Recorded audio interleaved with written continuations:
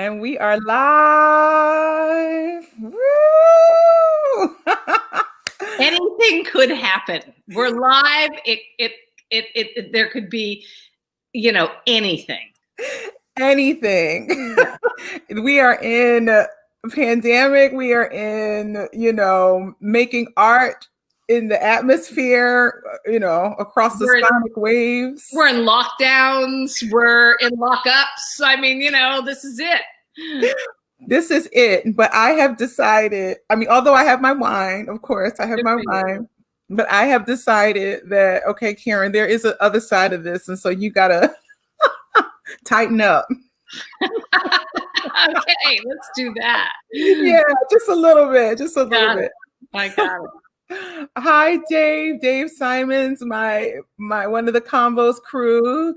I gotta show this one. Hey, Janet Gerald. Hey, Janet. Yes. Hi, Sue Dixon. We're just talking about you, Sue. Yeah. I heard you've got big plans. Yes, big plans. Yeah. Yes. Good evening, everybody, and welcome to Kiki Convos. I don't even know what number this is at this point. Hey, Deidre, how are you? Good evening. I always let people come into the room because, you got to give people time to come in, but I am so beyond excited to have you on the show today. That's so sweet. Thank you. I appreciate it. I'm glad to be here.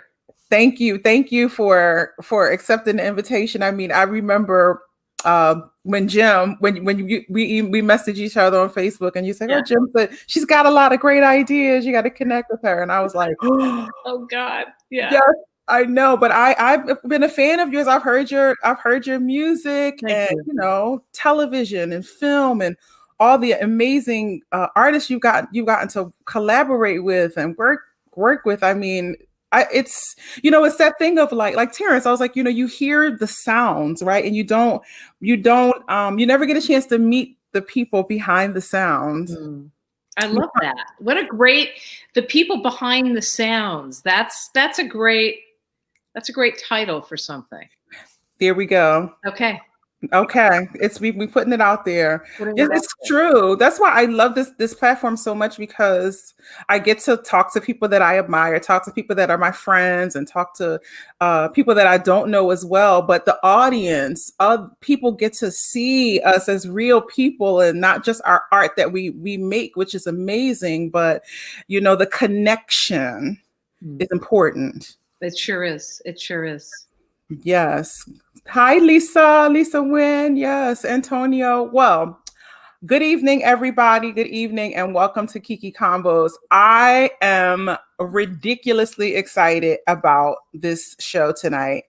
I have to introduce the Laura Karpman, composer, creates powerful, imaginative scores that push the boundaries of storytelling. Her award-winning music spanning film, television, theater, interactive media, live performances reflects an audacious and creative, prodigious, fresh spirit. Somebody wrote something fabulous. Who wrote that? That's good. Listen, Karpman collaborates with the most creative filmmakers of our time, including Misha Green. Now, Misha is Lovecraft. Yes, she is. She did Lovecraftcountry and Underground. Oh, yes, exactly. Underground. That's another one. My husband and I, one of our shows. Steven Spielberg, Alex Gibney, Casey Lemons, our girl Casey, Rory Kennedy, Sam Pollard, Laura Nix, Eleanor, Francis Ford, and Sofia Coppola. Okay, people, get into it. Yes. Some nice lunches with them, I'll tell you that.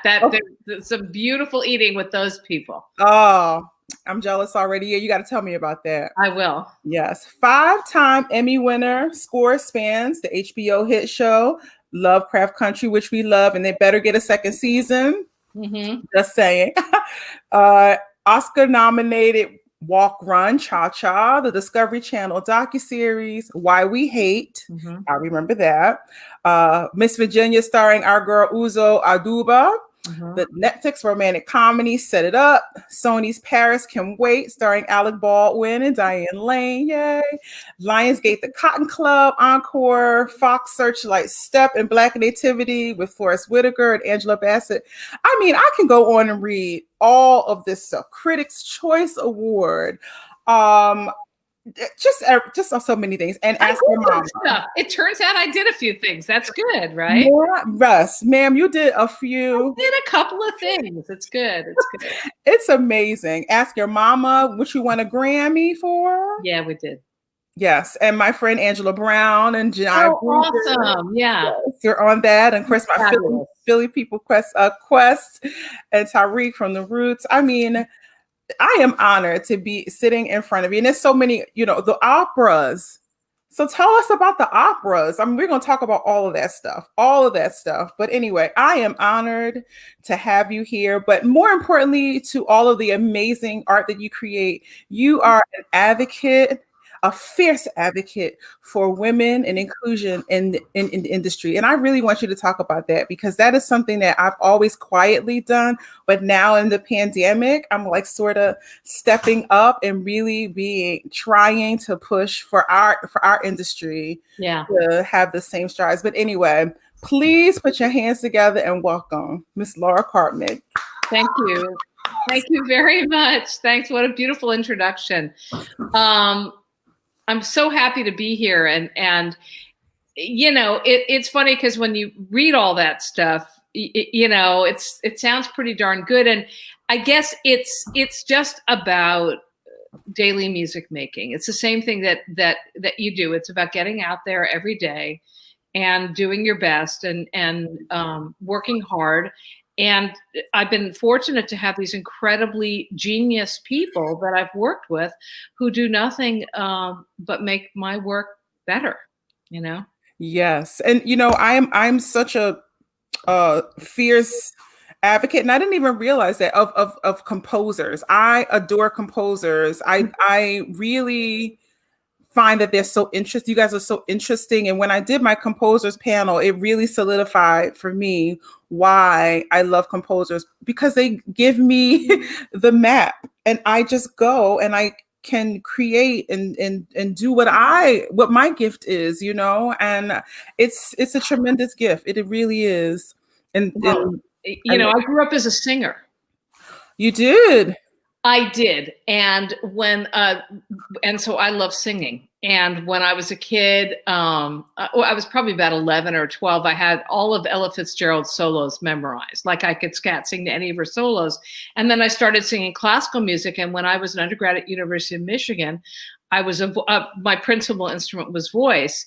And so I was a coloratura at that point in my life. I was really and I had some good high notes, and it was really interesting because I was a composer and I never was going to be a singer. I was going to be a composer because I never loved my own voice. I mean, I'm grateful to be able to sing, and it's an incredible tool, and I'm a good singer, but I never had a richness to my voice. There was something always missing for me at just listening critically to my own voice. But my teachers let me sing everything. So I sang, Forza Lui, I did that. I did And True Love. I did anything I wanted to sing. They let me sing because, it didn't matter that much. So I really had this experience of what it is to be a singer, what it is to train your breath, what it is to really, I spent a lot of time doing this. So I think it's one of the reasons why I love writing for singers so much, is because it's a natural way for me to make music with my body. That's amazing. Yeah, that's amazing. When I'm listening to your music, I'm like, yeah, she understands the voice. Like, you understand the line, the storytelling, the arc of the phrase, and all of the things that we, as singers, strive to do within the storytelling. I was like, I figured you had some connection in the singing. So how did you find your musical roots? Did you come from a family of musicians? Well, I'll tell you in a minute, but before I forget, and it's going to be a very funny story. So when I'm writing for The Voice, I will kind of sit at the keyboard with a mic and sing something and play simultaneously into my computer, so that if I have an idea, I'm sort of singing it and playing it sometimes. And sometimes I sing it before I play it. So it's a part of my thing. Well, when we were doing Sinner Man, you know, the end credit for Lovecraft, and Alice Smith, and everybody was in their own spaces, and, you know, nobody, that's the way it's been the whole time. Anyway, I'm making a very long story very long, but so I sent her the, oh my God, please, why am I forgetting this? The great singer, you know, Nina Simone, right? I sent her the original Nina Simone track, and I said, just do this, you know. And Raphael and I had already created the backing track and all that, and she said, well, can you just lay down a vocal? And it's like, can I just lay down a vocal? Are you kidding me? For Sinner Man, right? Nina Simone. So, but I did it, you know, and I put it in my ear, and I just tried to get like every phrase. I sent her the worst, like, white girl singing Nina Simone. It was like, and she liked it, you know, and it worked for her. But it was so funny, you know. It just goes to show you how that. Anyway, how did I get into music? My mom was a painter, and she was a sculptor and a painter, and she always loved music, and she felt that music was the highest of all the arts. And so she decided when she was pregnant with me that she wanted me to be a composer. So I just, you know, I came out, and it took me a couple of years to get it going, but I started when I was little. I started when I was about 7. I started picking stuff out of the piano and making up kind of these compositions, you know, and I kept on with it. I never wanted to do anything else. Wow. So would you, I mean, 7 years old to, well, I mean, I guess when you think about Mozart and you think about most of the classical composers, a lot of them start so early. But when you know, I mean, were you like just making up songs in your head, or? Yeah, well, I wrote, you know, one of the great compositions of the 20th century called "Man in the Moon." You know, but no, I'm teasing you. It's, you know, up in the sky so high. I still remember it. And then when you're a young composer, really funny things happen. So at one point, I thought I had written Norwegian Wood, the Beatles song. I don't know where I heard it, but I was sitting down at the piano playing "Way, way out to sea in the breeze, I'll always be." So, you know, you bring these like dumb little songs. And I thought I wrote that, you know, so there's this really, and Nora, my wife, is a composer too. And I think for a lot of young composers, very young composers, you know, children, you hear something and then you pick it up. And if you have this vision of yourself as a composer, sometimes you think you wrote something that you didn't. But yeah, I did little songs. And then as I learned more about music, they became these kind of overlong compositions, you know, these ridiculous, you know. So I would read a book in 5th grade. It's so funny, I've never talked about any of this stuff in the interview, but I read like Huck Finn. So I wrote the Huck Finn suite and the Tom Sawyer suite, these long things, and at the end I would break out in song. It was just, you know. It's amazing. Now, do you use any of those in your music? No, not really. I remember some of them too, but you know what's funny about making music when you're a kid is there's a real like you just do it, right? You don't think about, oh, now it's time for the singer. You know, there's not a sense of formalism at all. And there's something so wonderful about that just at the end when there needed to be singing, there was singing, you know? Yes. And it's funny because I remember when I started working with computers and synthesizers and MIDI keyboards, I felt that kind of freedom for the first time again because of the way you make music. It's so improvisatory. You know, you're sitting down, you're coming up with stuff. And Raphael Sadiq, he works that way. You know, he creates through improvising and through playing stuff. And there's something so wonderful about that because it returned me back to, you know, after all the formalism and studying with Milton Babbitt and, you know, all the people that I'd worked with, coming back to that, just sitting down at the piano and, you know, then you start singing, you know. Yeah. Lovecraft episode 9. It's like, then she started singing, you know? Exactly. I mean, no one expected that. No one. Yeah. And she kept that so quiet, you know, no one. Oh, I know, poor dear. And she was, we're talking about Janai Brugers of just, but really my muse, you know, my Leontine. Yes. And I mean, it's true. And, you know, it's funny because I gave myself permission to think that. I think, you know, I gave myself permission to be in the canon with Samuel Barber and Leontine Price and the Knoxville piece. Yeah. And I really feel I like that. I like that, you know, that I kind of acknowledge that she's this kind of muse of mine and that I want to write for her, you know, because that voice is just, it speaks to me, you know. Yeah. To me, she sounds like Leontine Price. She sounds like a new, young, fabulous 21st century Leontine Price. Absolutely. That's the best compliment any of us could have. But you are so, I mean, to have a composer say, that's this singer, this voice is my muse, and that you love, and you can tell you love her voice because you wrote such a beautiful piece for her, and powerful in the moment, you know. Yeah. I mean, that's a gift. I can't wait to hear more collaborations from you too, for sure. Well, you know, she recorded Ask Your Mama. She recorded Jesse Norman's part. And it's so funny. Yeah, I mean, that's, you know, Jesse's a very different singer, of course, or was. I can't believe she's not with us. That is just, that is inconceivable to me. But yeah, doing what I do now is very much emanating out of my creative process when I was a kid. But it's you know, it's combined with years of study and years of experience and years of navigating how to make music. Yes. Before we go into talking about where your formal education is, I just have to say, you have to release the Huck suites. You have to release those as children's symphonies. I love that. That's a neat idea. You know, they were all recorded on little you know, I don't know if we have them anymore. I mean, I have a friend, a childhood friend, who still remembers them. I mean, I remember the end of it, but I don't, you know, again, these pieces were like hugely, ridiculously long, you know. That's okay. Yeah. Listen, we're in quarantine. Somebody's got time, baby. Yeah, I mean, really, it's like, people got an hour to listen to Laura's Huck, you know, 11-year-old Huck Finn suite. Yeah. Yeah, they do.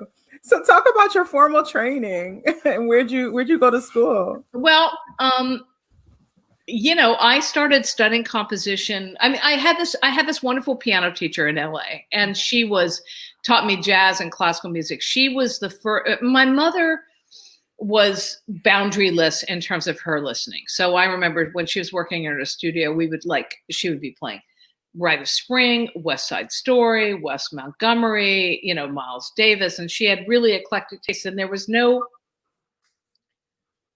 rules. It wasn't like, oh, now we're listening to classical music, or now we're listening to jazz, or now we're listening to, you know, she loved Greek music, and now we're listening, you know, so there wasn't any of that. And Helene Mira, she was this piano teacher.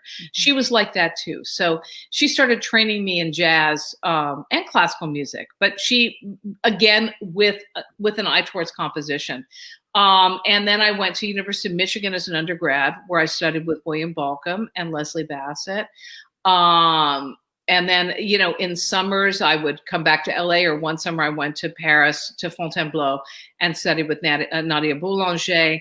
You know, she was very old at that time. So it was more like experiencing her in a room. Yeah. But there was somebody there who I wish I had sort of acknowledged while she was alive. Her name was Louise Talma.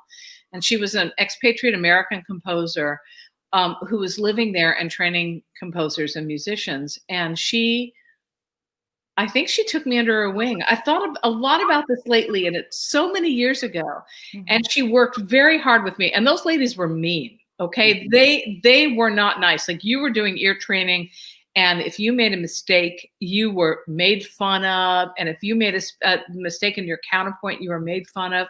Kind of like the movie Whiplash. But yeah, of course they didn't beat you violently or anything, but there was a love behind it that was really, that I felt. And so it was never kind of scary. It was just pushing you to be your best.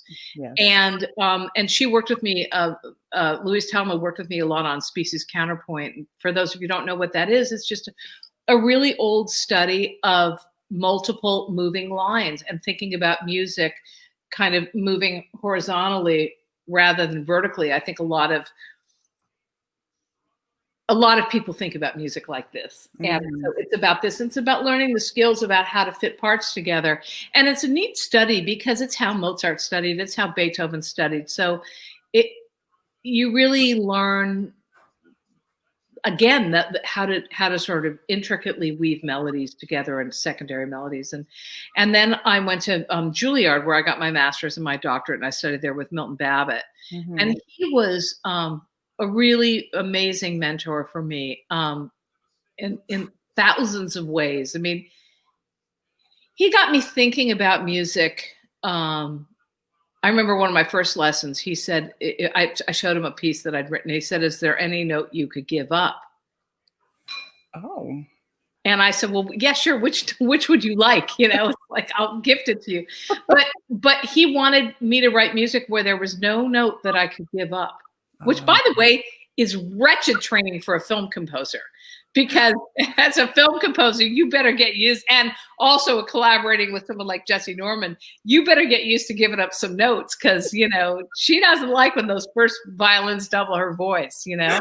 Oh, she didn't like that. Oh, okay. She does not like that. I was trying to be helpful, but she did not like that. She does not want the first violins doubling.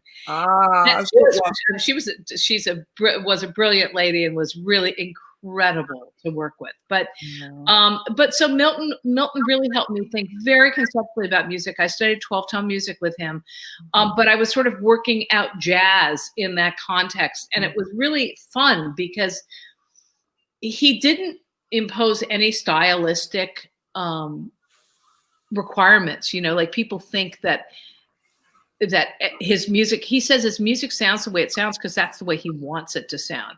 And I think one of the reasons why we clicked was because I was using his techniques, but writing a completely different kind of music with them. And so he was a big mentor. And then he was the one that recommended that I go and study film music, which I thought at the time was a big insult.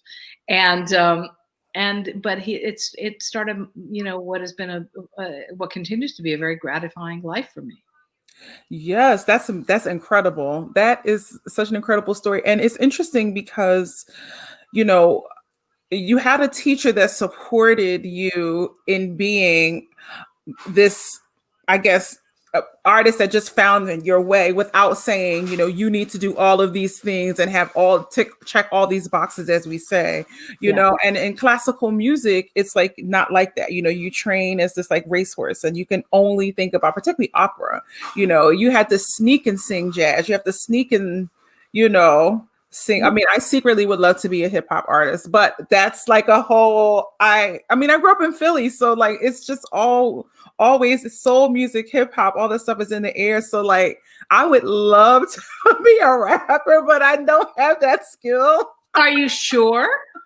You know, I mean, maybe if somebody like help me refine my 16 bars, I probably could. Yeah, but it's like find your way to that, you know. And it's so interesting because you talk about like a piece like Ask Your Mama, which has got opera and hip hop and jazz and classical and all. It has all of those things because Langston Hughes asked for all of them. And I found like the hip hop people to be some of the most flexible, like the Roots, right? They were, and others too, who've taken it on since.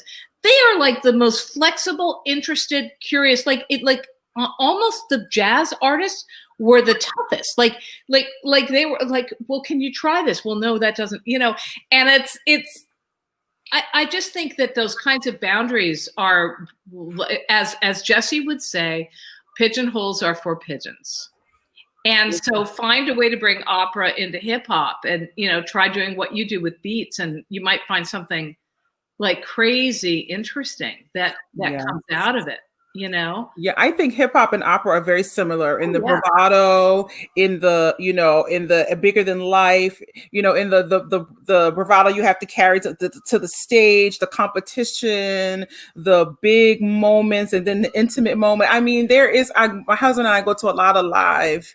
Well, pre this, a lot of live underground, when we lived in Cali, when we lived in the Bay Area, and and we would just go to a lot of live shows because my husband's very into hip hop. And so I just did an interview last week, and someone asked me, I said, don't ask me about music theater. I know about hip hop and I know about opera. Don't ask me about anything else. And then I was like, oh, well, that makes sense. It makes sense. But again, like going into film and going into television and writing operas. I mean, I'm sure people who are outside of our world are like, wow, how does that happen? Or even people in conservatory trying to figure out how they can have a career like yours. Okay, well, wait a minute. I want to go back. Let's get to that, but I want to go back to something. One of the things that's really a shame about opera training is that oftentimes in the pursuit of a blend, in the pursuit of not noticing from moving from the chest voice to the mix to the head voice, you lose quality. Mm-hmm. And you lose what each of those registers really has. Mm. And it's my favorite singers to work with are people who can return to that roughness a little bit and have the chops to be able to use the blend when they need it, but also let the breaks happen, let the differentiations of the different parts of the voice happen, right? Okay. So how do people listen, I'm a curious person, and I think the thing that I am is I don't pretend like I know things that I don't know. So if I'm working in hip hop, sure, I can make a beat, but but what beat? And I know enough to know that there are different beats from different places in different times, in different years, that all mean something. It's a whole musicology in and of itself, right? Yes. So if you don't do that research and you don't get deep into that, or you don't collaborate with people who do understand that, then you don't have the diversity of career that I have. So I think that I'm open to collaboration. I'm open to being wrong a lot. I'm open. I think failure is a privilege. That if something doesn't work, it gives you an opportunity to make it better and make it work. And I think that's been a thing. And so if I remember when I started writing music for video games, I went down, to San Diego to meet with the guys who are working on the thing. And when I say guys, I mean guys. And I said, look, I know nothing about this. And they said, okay, you're going to play the game. And so I got in there, and they booted up and choose a character, and I chose a wood nymph. They said, that's a great character. You never die. And within 5 seconds, I was dead. I was like the first dead wood nymph ever to play the EverQuest.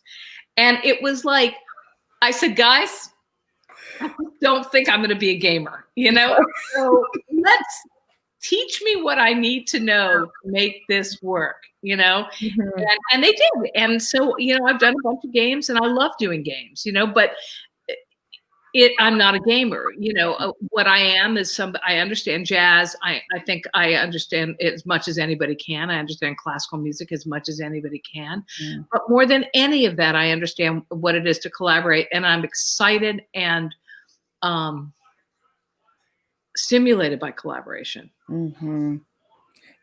As I grow as a musician, I'm finding that collaboration is the thing that feeds me the most. That's why I love new work. That's why I love I love the canon, right? I love traditional. I love the Verdi, the Puccini, and but there's something about modern pieces. There's something about that it doesn't work unless we all are going together in the same direction. It's not like I sing my big aria and it's about and this person sings their big aria and then we have a couple of ensembles. Right. No, through the storytelling, through the collaboration, and through the collaboration with composers, changing notes and changing, like Miss Norma didn't like the doubling, so she wasn't a big Puccini singer either. So no. And that's all that, right? It's all first violin doubling of the singer. She had a gorgeous suggestion for me at what I think is probably the best moment in Askyourmama. And it's a moment where Langston writes for Sojourner Truth. Mm-hmm. And the line is, I look at the stars and they look at the stars and I wonder where they be and they wonder where I be, stars at stars, stars. And she's talking to her children who she's separated from. It's an incredible moment. And Langston Hughes, in the right-hand margins of the poem, as he has done throughout the whole poem, asks for a certain piece of music to be heard. So he asked for, at that point, Glory, Glory, Hallelujah. Mm-hmm. So I write this kind of original piece, and then the other singer sings Glory, Glory, Hallelujah. And after the workshop, Jesse said, well, you have to incorporate Deep River. So it was my thing, Glory, Glory, and Deep River all working together. And it's just this incredible moment. And to do Deep River at that moment when, she's talking about her children being sent down the river, and it's gorgeous. And then the whole orchestra starts singing Glory, Glory, Hallelujah. They put down their instruments and it's a big moment. And it's, she had such gorgeous suggestions and other like things like really specific orchestrational suggestions that were like in retrospect so obvious, but yet at the time were not, Mm-hmm. She was a brilliant woman. She was a great musician. I mean, we all know what a great singer she was, but she was like an awesome orchestral, conceptual, composing orchestrator. It was really something. Wow. So how did Askyourmama become a project? Because I do remember, this is what, 2013 or 2009 was the first performance. Oh, wow. Okay. It's been a while, but I do remember, my friends working on it and people talking about it. But so please talk about this Grammy winning CD. I remember when you won the Grammy and all that stuff. Yeah. Well, it's like, it was a real turning point in my life for a lot of reasons. And, I had written, this music for this CBS show that had gotten rejected, and actually appropriately so, because it was like totally crazy. I was working with Edmund Ford. Do you know him? Of course, he's a good friend. Yeah, great baritone, and somebody who really like it crosses over. Like he gets, he gets opera, he gets soul, he gets all of it. And this local LA rapper Medusa, who's also fantastic. And I wanted to take this neo-noir music that I'd written and set it to some sort of, some words. And so I went looking through, I went into like an old-fashioned bookstore and I was leafing through and I thought maybe I'll do beat poetry. And I came across Langston Hughes' books and I knew his, like the famous pieces, but when I was a kid, we didn't study that in school. And I'm ashamed to say. But that's the reality. And I was blown away by the work. I mean, blown away by the work. It spoke to me as an American, as a person who cares about race in America. And it was all so overwhelmingly profound. And in the back of that book, it was the collected works of Langston Hughes, was Askyourmama. And Askyourmama is his longest poem. It's an epic poem. He wrote it to be performed by Margaret Bonds and Langston. So they kind of ran through it at some point. But in the right-hand margins of the poem, Langston says how the music should sound. And so in the opening, one of the opening movements, it's got the poetry, and then in the right-hand margins, it says, German leader morphs into traditional 12-bar blues. Oh. So he doesn't tell you, and then he says, and Leontine's unpacking. Because Leontine's coming back to Mississippi after her debut at the Met in 1961. And so it's like all these references to all these incredible moments in every imaginable kind of culture. And, you know, we were talking about, you know, you being interested in hip hop. And if you read this poem, he really plays with this idea of making equivalencies between Mahalia Jackson and Leontine Price or Marian Anderson, and these kind of cultural equivalents. And whereas you think, oh, this is high art, this is low art, or whatever, but in his mind, they were all meshed together as part of this rich fabric of American life and Black life. Yeah. And so I just thought, oh my God, I've got to do this. And again, the long story version of it is I was at home one day and Edgar Beitzel called me, who used to run the Los Angeles Opera. He was, you know, Placido was the kind of the titular head of it. Mm-hmm. And Edgar really did it. And Edgar had become very ill with pancreatic cancer. And he was really out of it when he called. And it was a weird call because he said, I want you to work with Jesse Norman and Achim Fryer. And it was like, I don't get those calls, okay? You know, it's like, okay. So he was out of it and he was on obviously morphine. I thought, oh my God, maybe he meant to call John Adams or something. You know? Right. But, you know, and this is like 2008 or whatever. I don't get these calls. So he says, write down this name. And then that was the last I ever heard from him. So I wrote down the name of Jesse's then manager, and I got in touch, and Edgar had wanted me to do this piece that didn't speak to me, you know, and of course I would have done it. Achim Fryer's, I would love to work with him, you know, but I kept thinking, oh my God, ask your mama. Jesse Norman would have been in the poem if she had been 10 years older. He would have called her out along with Marian Anderson and Leontine Price. She's in that, that line of royalty, right? Yes. And so I did something that was really, at that point, not typical for me to do. I just said, sure, we should do the thing with Achim Fryer, but Jesse Norman needs to do this. And then I met with her and I brought her a first edition of the book and I sat next to her on her couch and she started singing spirituals in my ear. And she said, let's do it. And it was crazy. And that's how that happened. It was really crazy fortune and strange that was Edgar, one of his last phone calls, you know?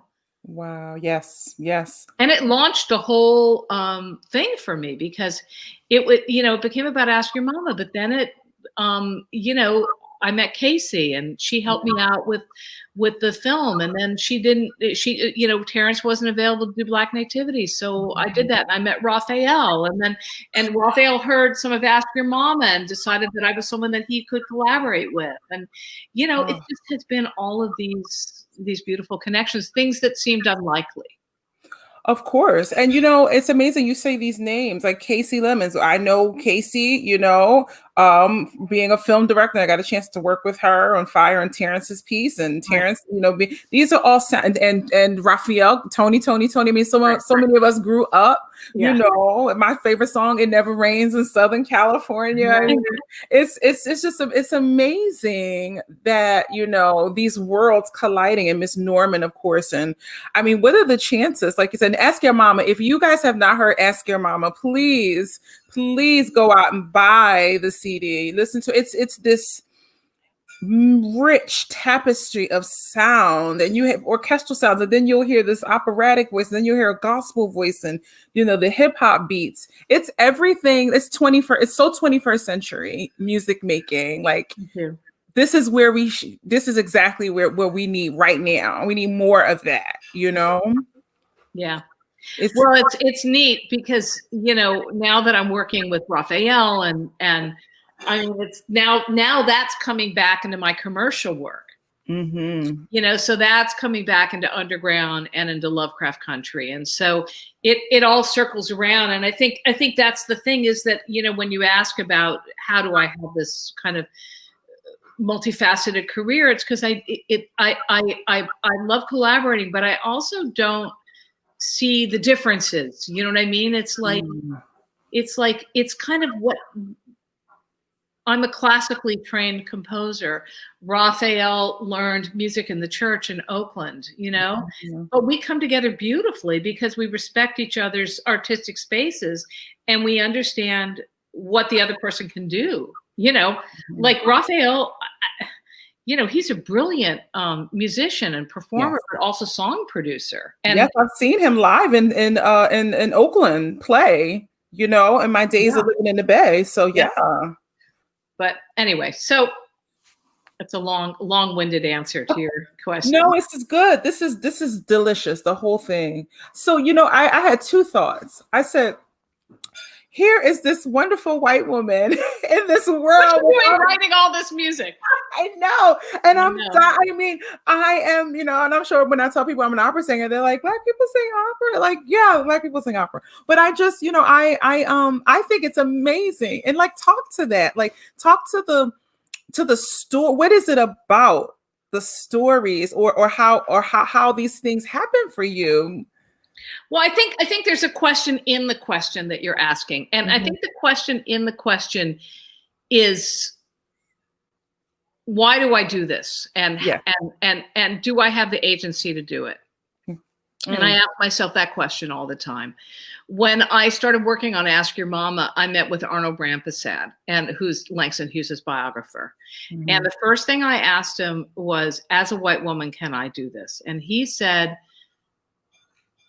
it will not be, Langston Hughes collaborated with all kinds of people, and it will not be, if you can get this poem out to people, he said, that's what's important. But having said that, I understand that it's not my story to tell, but I feel it. And I don't know why I do, but I do. And I can't feel it. I know enough to know that I can't feel it in the way that you feel it, and I would never assume to. But I also know that I've had the privilege, because of my privilege, of an education that has been phenomenal and a kind of training.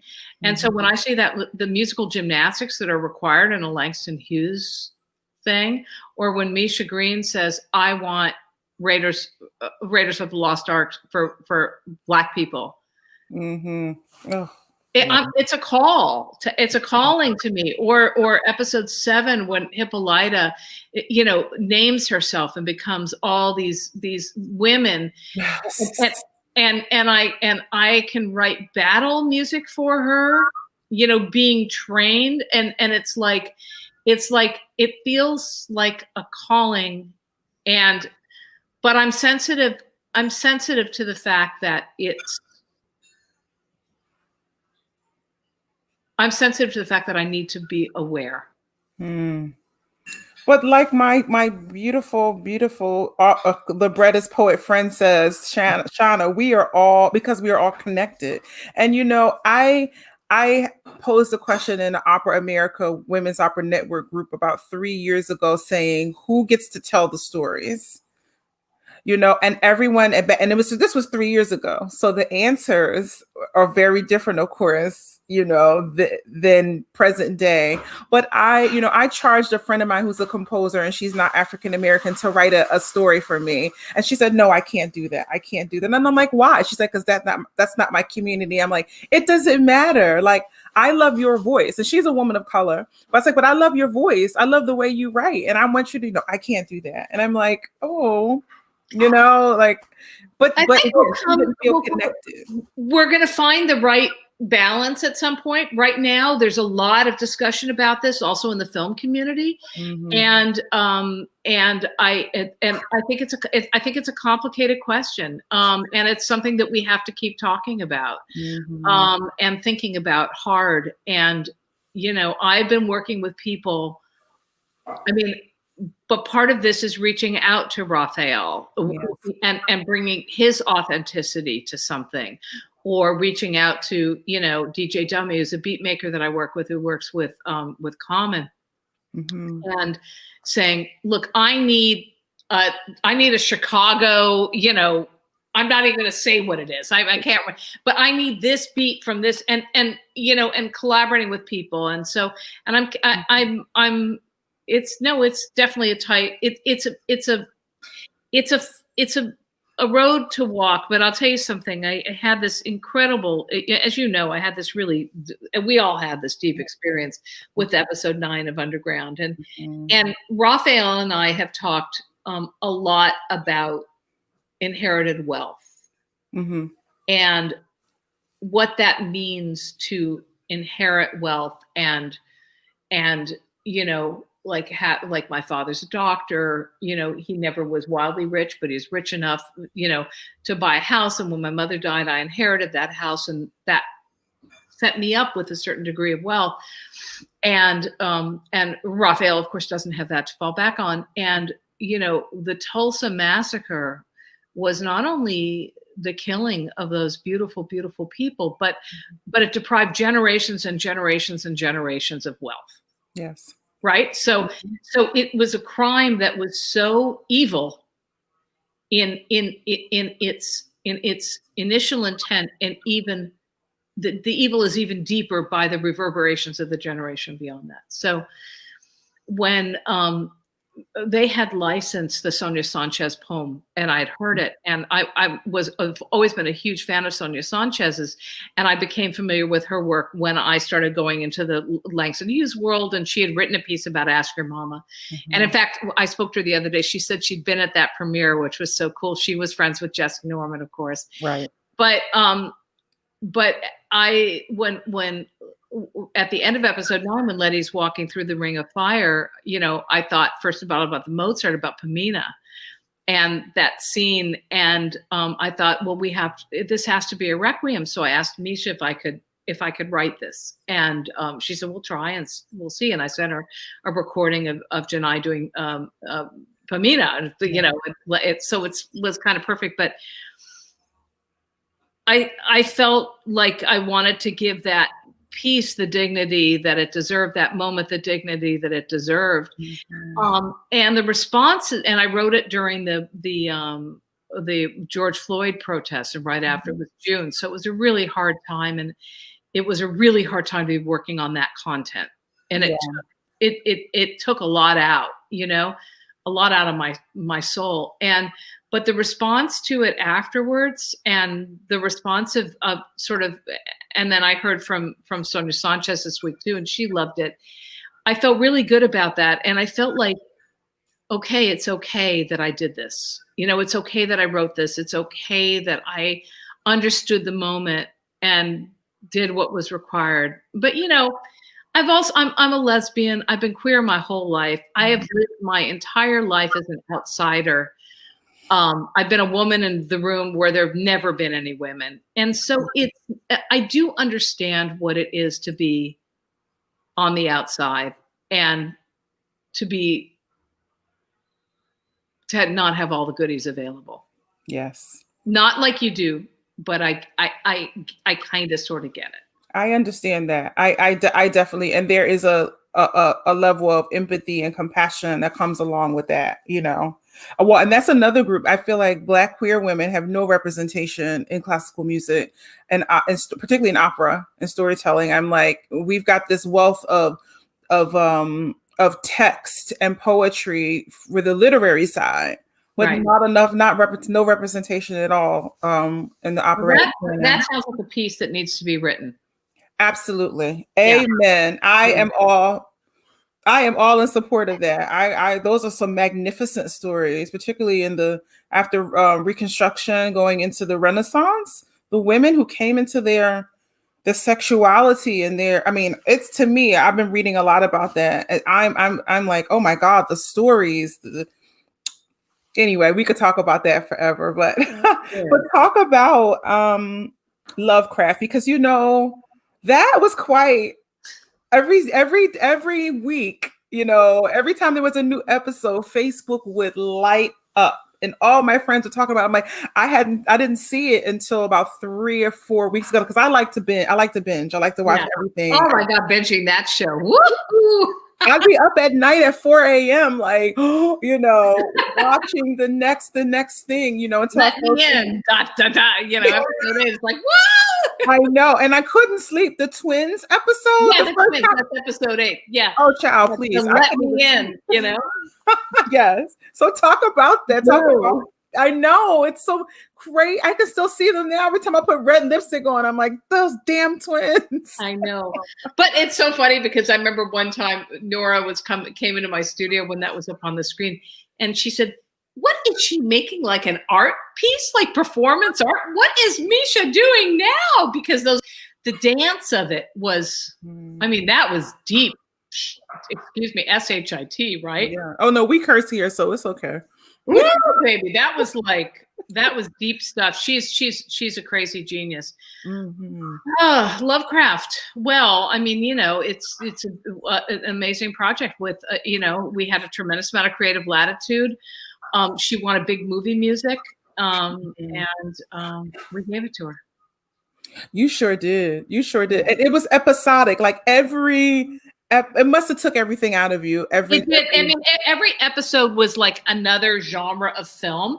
And again, we talked about the Langston Hughes and the sort of that one has to be musically gymnastic for that. It's the same thing with Lovecraft, because every episode was played with a different genre of film. So you had to pull from the genre. You had to pull from the haunted house genre. You had to pull from the Raiders of the Lost Ark genre. You had to pull episode 6 is a war movie. You know, episode 7 is like 1950s sci-fi, you know, Afrofuturism.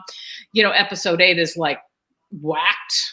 9 is you know, this kind of classicism almost of and the dignity of that. And then 10 is bringing absolutely every single theme from everything you've heard together in that last episode. And then, of course, weaving through all of these things are, you know, the family themes, the love themes, the heroic themes, you know, all of these things that tie them together. But again, being able to give a dignified place for these beautiful characters to emerge as heroes, as villains, as lovers, as family members, and to be able to support that with music. And she loves music. I mean, every scene has music in it. You've got 2 people in a room talking. You think, no, maybe we should like not have it. Nope, she wants music.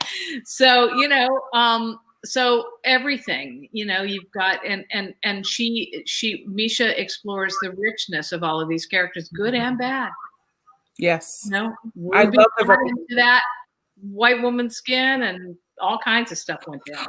That was, I've never seen anything like that. And you know, it's interesting because I've always, although I love being Black and there's no way I would want to switch, but the idea to have that moment, you know, where you're in that skin and the power that you feel, particularly of people, women in that time period. Yeah. That sat on my spirit. And it made me think a lot, you know, as a woman, as a Black woman, about a lot of different things. It took me to a different place, and I was like, I wonder what that would be, what I would do, you know. There's an incredible moment in that episode. I mean, there you know, it's about sort of discovering who you are by being somebody else, and you know, of course, Montrose lets go and experience his queerness in full bloom too in that episode, which is really beautiful. But so Ruby is this incredible singer, right? Great singer.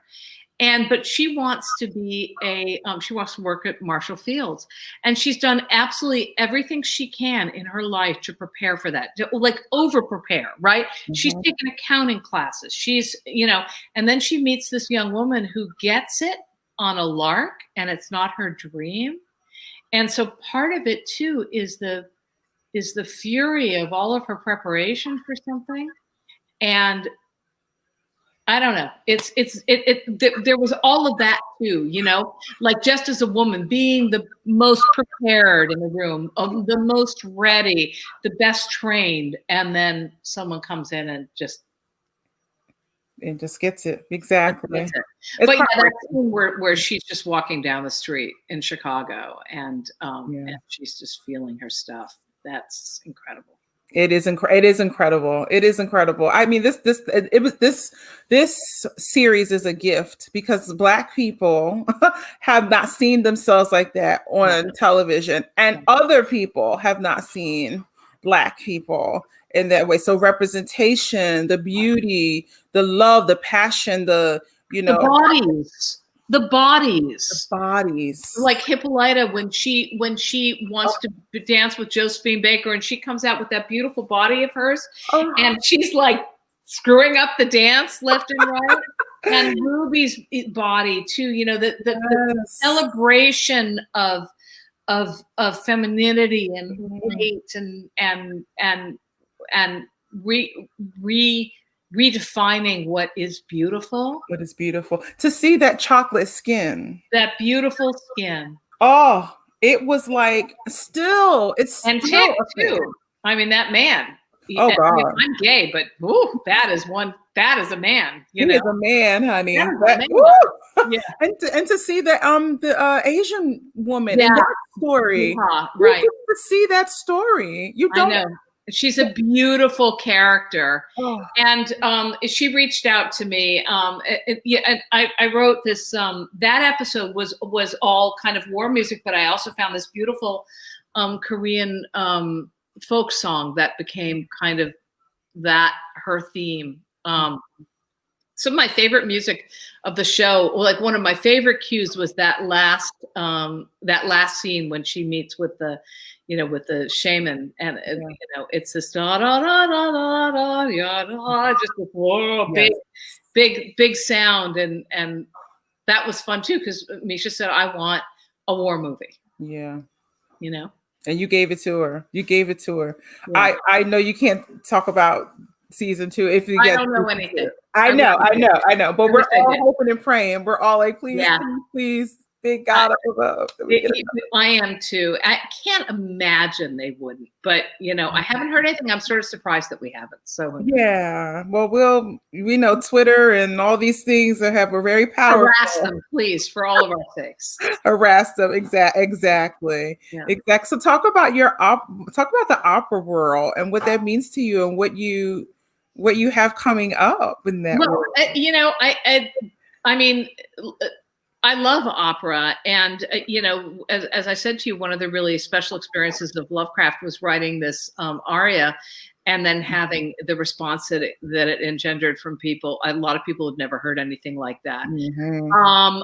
I'm doing a pandemic opera for Opera Theater of St. Louis, and my friend Tara Stinson, who I met through Raphael, she's an Oakland girl too, is writing the libretto. She's a great songwriter and lyricist, and so it's her first opera libretto.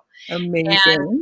And so that's, you know, I don't even know if she's ever been to an opera, but you know, I love her words, and she's like one of my best friends. So she's somebody that I'm working with. She and Raphael got nominated for an Oscar for the song from Mudbound with Mary Blige. So we're doing that. Mm-hmm. I think there's been some interest in Lovecraft as an opera. Oh my gosh, you know, that would be amazing because I was just thinking about how Octavia Butler's stories, like the sci-fi, we need the sci-fi opera. Yeah. We need not just the sci-fi opera, but we need to see that genre, that beauty, all of those things on the stage. That would be tremendous. Oh my God. Has anybody done Beloved? Because that would be a great opera. Yes, Margaret Garner, Richard. No, not Beloved. What's the Octavia Butler book? The one where the arm goes through the. What is that book? No, we got to find out. Does anybody know? No, she wrote this incredible book, and it time travels. But the parables, not the parables. I think the beat. No, not. Yeah. I'm confusing it with the Margaret Gardner, but it begins with, anyway, it's an absolutely incredible story that would be a great opera. Yes, yes. I really, I don't know even how much it would cost to even, get the rights for some of that. But that, yeah, her stuff is long overdue. I know. Well, she's now finally being celebrated. And Sure. she was, a wholly original thinker. I mean, you talk about Lovecraft. I mean, Lovecraft is born from those books. Yes. Certainly. Absolutely. And I haven't read the Lovecraft book, but I need to read it. Yeah. It's like, which one do you like read the book first and then see the movie or see the series or, but I mean, I'm all in. I'm all in at this point. So So what would you like to see for yourself in the future? Like what does your future look like? Would you like it to look like? Oh, I think it's, working with great collaborators, people like Misha. I do love doing opera. I'd love to do something on a large scale if that happens. I mean, I don't know what the future is going to be. I do think that we're missing something. Mm-hmm. I do think we're missing an audience in opera that just needs to be developed and found, and we need to find stories that speak to an audience that we're not reaching now. And as I said to you, I think that's what that Lovecraft moment sort of is proof of. I just want to write big music. I want to write music about things that matter to me.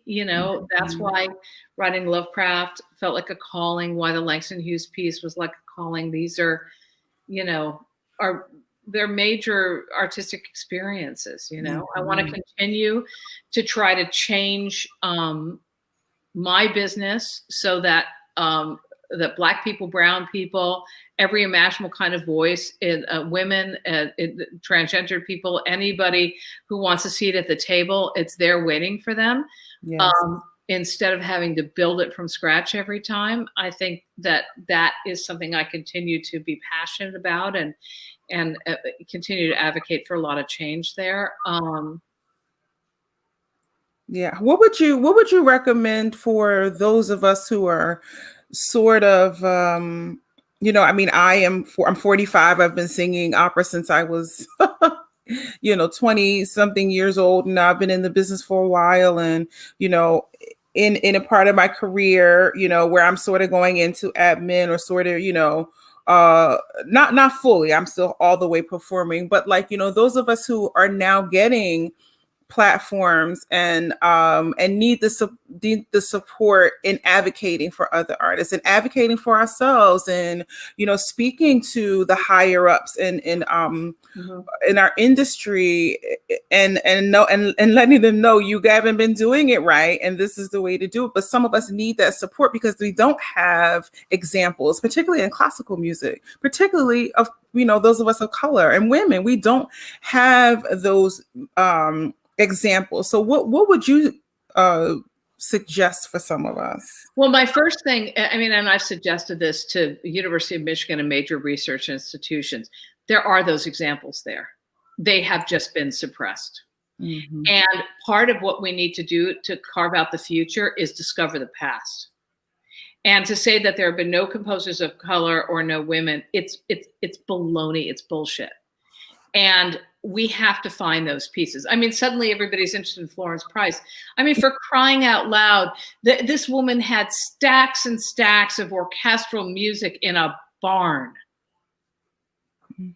So it's like, and Margaret Bonds is another composer that I've loved for a long time.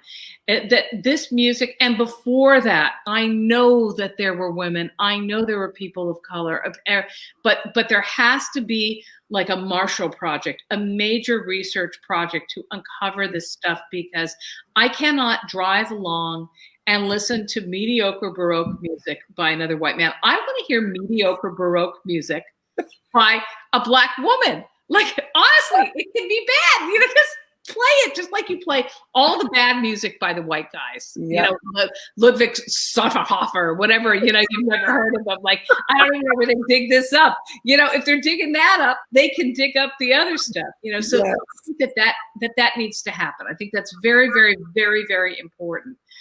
We need to correct the past. It's not correcting the past. I misspoke. We need to correct the perception that this is all new. Mm-hmm. And that these works have existed, and we need to uncover them and celebrate them. I think you need to dream. Like, what do you want to do? You want to do Octavia Butler? God, I'm just trying to remember the name of that book. Do it. You know, you're in these advisory positions at these operas. Say, have you read this book? Because a lot of times people haven't. And it's not about saying, you idiot, you don't know who Octavia Butler is, or you don't know who Sonia Sanchez is. It's like saying, here, this is why you're there. You're there as a bridge. And as annoying as that can be, it's important work. Mm-hmm. And you have to keep their feet to the fire too. I mean, we need to have racial and gender equity. This has gone on way too long. Way too long. And it's so interesting because we had, for gender equity, we had the Me Too movement, which was born out of Harvey Weinstein. And I think that was like, people started admitting what they had been through. And then, you know, George Floyd. Yeah. Or what, I mean, this thing has happened and happened and happened and happened. And I'm going back in time. But for some reason, at that moment, maybe because of the pandemic, maybe not, maybe it was just so heinous a crime that you couldn't justify it. You know, you couldn't find any way to say, oh, well, you know. And so that ignited a conversation. Now, the problem is, or not the problem, but the challenge is to keep the doors open. Mm-hmm. So they want to hear from you now. They've got to want to hear from you in 5 years. And now, you know, you've got to take this moment and get those things in place. Mm-hmm. You want to direct, you should be directing. Yes. You know, you seem like a person that would be a natural director to me. I just had this conversation with a friend of mine. I was like, oh, I don't want to direct. I want to create opportunities. But then now you say that. Yeah. And I'm like, there might be a vision or two in there. You know, I think there's a vision. We just met, and I can tell that you want to create and direct an opera by Octavia Butler, and you want to star in it. So I sure do. So like, why not just do that? Just do that. Exactly. Just do it. That's do it. Exactly. Do it. So I'm taking that. I'm taking find the work that means something to you and go at it with tremendous passion. And that's, you know, I mean, for whatever reason, that's what I did with this Langston Hughes piece. It just spoke to me. And believe me, there were people who were saying, don't mess with that. You're going to get all kinds of blowback because you're white. And I can't not do this. I have to do it. I have to do it. And it was not a choice because I felt that I could bring it to life. I felt that I could bring his vision to life. Absolutely. And you sure did. And there are many visions of that piece, and I hope other people do it too. Askyourmama. Yeah, Ron McCurdy, who's a great jazz trumpeter and a colleague of mine at USC, has done a lot of tours with his version of Askyourmama, and it's very, you know, he's a jazz musician. It's very based in like a quintet, but he's done it in Indianapolis with orchestra, and it's like different than mine, and it's super great. So it's just, there are many, many ways to interpret this great text, and it's like saying, well, you know, only one person should do 12th Night. I mean, that's insane, right? Yeah. You know, that's just exactly. Exactly. So what have you taken out of the pandemic? What have you taken? Well, how did it affect you? And what do you know, everyone always goes, you know, when they think about the pandemic, you think about quarantine and all of the things that we've all lost, you know, or gained, sometimes weight, all of these things. But like, you know, I often wonder, like, what is it that we've all learned that we will take with us through our journey after this? Because there will be life after COVID. You know, Nora and I were talking about this the other day. I mean, look, I'm very lucky. I've been working the whole time. We started this online orchestra that recorded all of Lovecraft. I'm working on a great project now for Marvel, another series. I'm doing this opera for Opera Theater St. Louis. We are up here in Vancouver right now, where my son is attending in-person school. So we're very fortunate that, you know, my mother was Canadian. I became a Canadian citizen a few years ago. We miss the richness of life. We miss New York City. We talk about that a lot. Like, my goddaughter is this beautiful filmmaker. If you haven't seen her film, Time, her name is Garrett Bradley. You must watch it tonight. It's on Amazon. She's going to win an Oscar for that. What is it? What is it, Laura? It's called Time. Garrett Bradley. She's a beautiful filmmaker. Anyway, she's got her first show, a solo show at MoMA, Museum of Modern Art, with this incredible film that she's made. I can't go to New York, you know, and see it, you know. It's heartbreaking. But more than that, we miss art, we miss culture, we miss being with people. As fortunate as we are, you know, I think that there will be a sweetness to that return. Even to just walking into, you know, into where we live in LA and Playa del Rey, walking in, and we were saying today, just to sit down and have like a mediocre meal at our local diner. You know, it's like, I miss that crappy, you know, omelet, you know? Yes. Of course, you know, you take for granted, like, you know, going to the market without putting a mask on, walking to, you know, to your favorite, whatever, the park, or, you know, or you know what I miss? The people looking at each other like without suspicion. You know what I mean? You have that, of course, you have the one thing, but like everyone's like so suspicious and don't want to, you know, touch each other, and everyone's trying to figure out what's going on in people's eyes. I will not miss that part. Yeah, and I'm trying to figure out how I can smile with my, you know, from here on up. Now, I like the mask because I think it's an anti-aging thing. Like, nobody can really know how old. If I'm wearing a scarf and a mask, I could be, you know, 20 years younger. So there's that. True. You know, I don't know. But here we are. Right now, would we have met? Not like this. Yeah. Maybe we would have met on a project, maybe not. You know, and I think I've had that a lot. Like I did this panel with on gender equity with Anita Hill and Gina Davis, and it was like Karen Tolliver. It's like, this is crazy, but it's easy to do a Zoom, you know? Yeah. So there are these ways in which people are interacting and doing so with great ease that, okay, that's something we want to keep. Definitely. You know, and also even this, like the way that we're recording now, there are things about it that are really wonderful. And, and, you know, Janai being able to go into her bedroom after, you know, her kid has gone to sleep, and her beautiful husband, Javier, you know, recording her, and he's a wonderful mix engineer, and, you know, trying to float a high C in like, you know, with the traffic, the trash truck going by, you know. You know, it's like, we'll have stories to tell, but exactly, life will be changed. But I think that we'll get back to art and the sweetness of a dinner party. Yeah. Pretty soon. Speaking of, who are your 5 dinner guests? Living, dead. Mean, you know, we've been talking about them. You know, Langston Hughes, Sonia, Misha, Casey, Octavia Butler. Wait, I have to have some white people in there. Hillary Clinton. You don't. You're representing. So. Hillary Clinton. Now Kamala Harris. I think she's really extraordinary. I would love to get to know her. Yes. You know, who else? Milton Babbitt. I miss him. I'd love to sit down with him. Jesse, of course. Of course. That's a fabulous dinner party. I mean, like a great architect, you know, like Gaudi, the Spanish architect. Yes, of course. Yes. You know, yeah, that's a great question. You know, women from the past too, you know, Susan B. Anthony or Elizabeth Cady Stanton, even better. Yes, exactly.